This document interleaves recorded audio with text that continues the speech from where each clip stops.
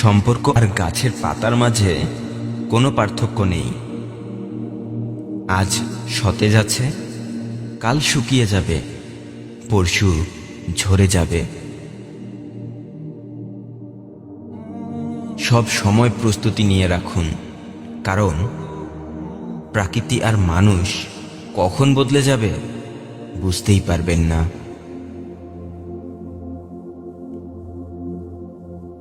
কারো জন্য খারাপ চাইনি আমি, কারো জন্য খারাপ চাইনি আমি। যে যেরকম মানুষ সে সেভাবেই আমাকে চিন্তা করেছে। আপনার জীবনে যদি দুঃখ না আসে, যদি কষ্ট না আসে, যদি খারাপ সময়গুলো না আসে, তাহলে কিভাবে বুঝবেন আপনি পাথর দিয়ে তৈরি নাকি দুর্বল কাচ দিয়ে তৈরি?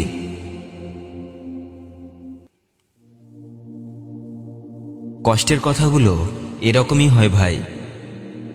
কাউকে বলতে পারলে মনটা হালকা হয়ে যায়, আর কাউকে বলতে না পারলে মনটা সবকিছুর থেকেও বেশি ভারী হয়ে যায়।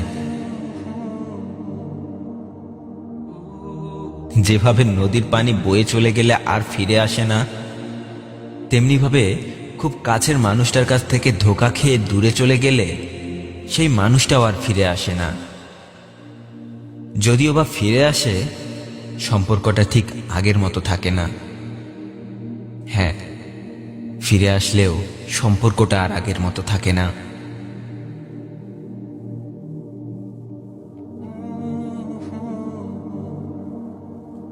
ভালোবেসে সারা জীবন কষ্ট পেতে না চাইলে তাকেই ভালোবাসুন, যার সাথে সম্পর্ক রক্ষা করাটা কঠিন মনে হবে না। যে মানুষ আপনাকে ছাড়াই ভালো আছে, তাকে আপনাকে ছাড়াই ভালো থাকতে দিন। তাদের পেছনে ছুটে নিজের সম্মান নষ্ট করবেন না। জীবনে সবাইকে বিশ্বাস করুন। হ্যাঁ, জীবনে সবাইকে বিশ্বাস করুন, তবুও মিথ্যেবাদী মানুষগুলোকে বারবার বিশ্বাস করবেন না। সব সময় হাসি মাখা মুখে থাকুন, কারণ আপনার কষ্টে ভরা মুখটা দেখে কেউ আপনাকে হাসাতে আসবে না। হ্যাঁ, সব সময় হাসি মাখা মুখে থাকুন, কারণ আপনার কষ্ট ভরা মুখটা দেখে কেউ আপনাকে হাসাতে আসবে না। কষ্টে থাকা মানুষগুলোই জানে তাদের কষ্টটা কত গভীর। অন্য মানুষেরা তো তার মুখের মিথ্যে হাসিটা দেখেই তাকে সুখী ভাবতে শুরু করে। ভাগ্যে লেখা আছে বলেই সফলতা অর্জন করা যায় না, বরং বারবার চেষ্টা করে সৃষ্টিকর্তার কাছ থেকে নিজের ভাগ্যটাকে নতুন করে লিখে নিয়েই মানুষ সফলতার মুখ দেখে। আমি জানি তুমি সবসময় এটাই ভাবো যে তোমার কাছের মানুষগুলোই কেন তোমায় ধোঁকা দেয়। শোনো, গাছে যখন ফল ধরে তখন সেই গাছেই মানুষ ঢিল মারে। ফলবিহীন গাছে কেউ পাথর ছুঁড়ে মারে না। হ্যাঁ, ফলবিহীন গাছে কেউ পাথর ছুঁড়ে মারে না। মানুষ কার ভুল খুঁজতে মজা পায় জানো? সমাজের সব থেকে ভালো মানুষটার ভুল খুঁজে পেলেই মানুষ সব থেকে বেশি মজা পায়।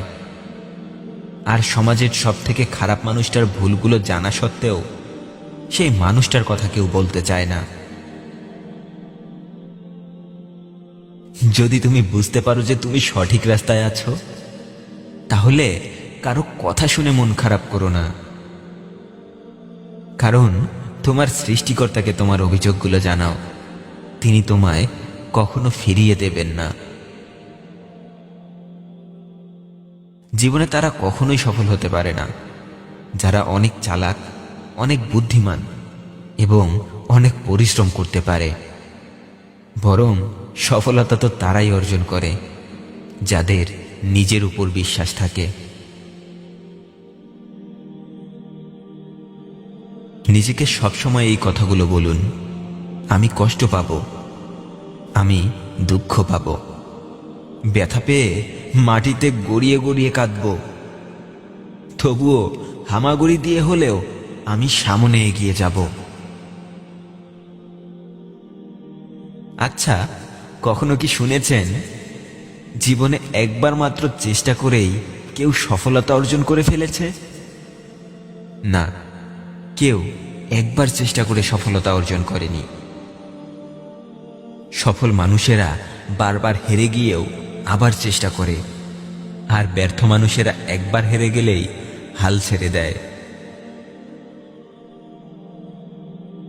আল্লাহ গভীর রাতের পর সকালের চাঞ্চল্যকর সূর্যটাকে প্রস্তুত করে রাখেন, কিন্তু তিনি শর্ত দিয়ে দিয়েছেন, সকালের সূর্যটাকে দেখতে হলে প্রথমে ঘুটঘুটে অন্ধকার রাতটাকে দেখতে হবে। তেমনিভাবে জীবনের ভালো সময়গুলো আসার আগে কিছুটা খারাপ সময় চলে আসবে। হ্যাঁ, জীবনের ভালো সময়গুলো আসার আগে কিছুটা খারাপ সময় চলে আসে। যখন পরিবারের মানুষগুলোকে দূরের আর দূরের মানুষগুলোকে কাছের মনে হতে শুরু করবেন, তখন বুঝে নেবেন আপনার খারাপ সময়গুলো আপনার দরজায় এসে করা নাড়ছে। হ্যাঁ, আপনার খারাপ সময়গুলো আপনার দরজায় এসে করা নাড়ছে। মনে রাখবেন, যখন কোনো সমস্যা জন্মগ্রহণ করে, তখন সেই সমস্যার সমাধান করার রাস্তাটাও একই সাথে জন্মগ্রহণ করে। তাই উত্তেজিত না হয়ে আপনার সমস্যার সমাধান খুঁজে বের করুন। নিজের ভাগ্যকে কখনো খারাপ বলবেন না, কারণ সৃষ্টিকর্তা আপনাকে মানুষ বানিয়ে পৃথিবীতে পাঠিয়েছেন, পশু পাখি বানিয়ে পাঠাননি। ফাঁসির রায় কার্যকর হওয়ায় এক আসামি আদালতে আবেদন জানালো, মাননীয় আদালত, আপনি আমার বাবা মাকে আমার থেকেও বড় শাস্তি দিন, কারণ আমি ছোটবেলায় যখন পেন্সিল চুরি করেছিলাম তখন তারা আমায় শাসন করেনি। এরপর আমি যখন কলম চুরি করলাম তখনও তারা আমায় শাসন করেনি। ছোট ছোট জিনিস চুরি করতে করতে আজ আমি এত বড় ডাকাত হয়ে গেছি, কারণ তারা আমায় ছোটবেলায় শাসন করেনি।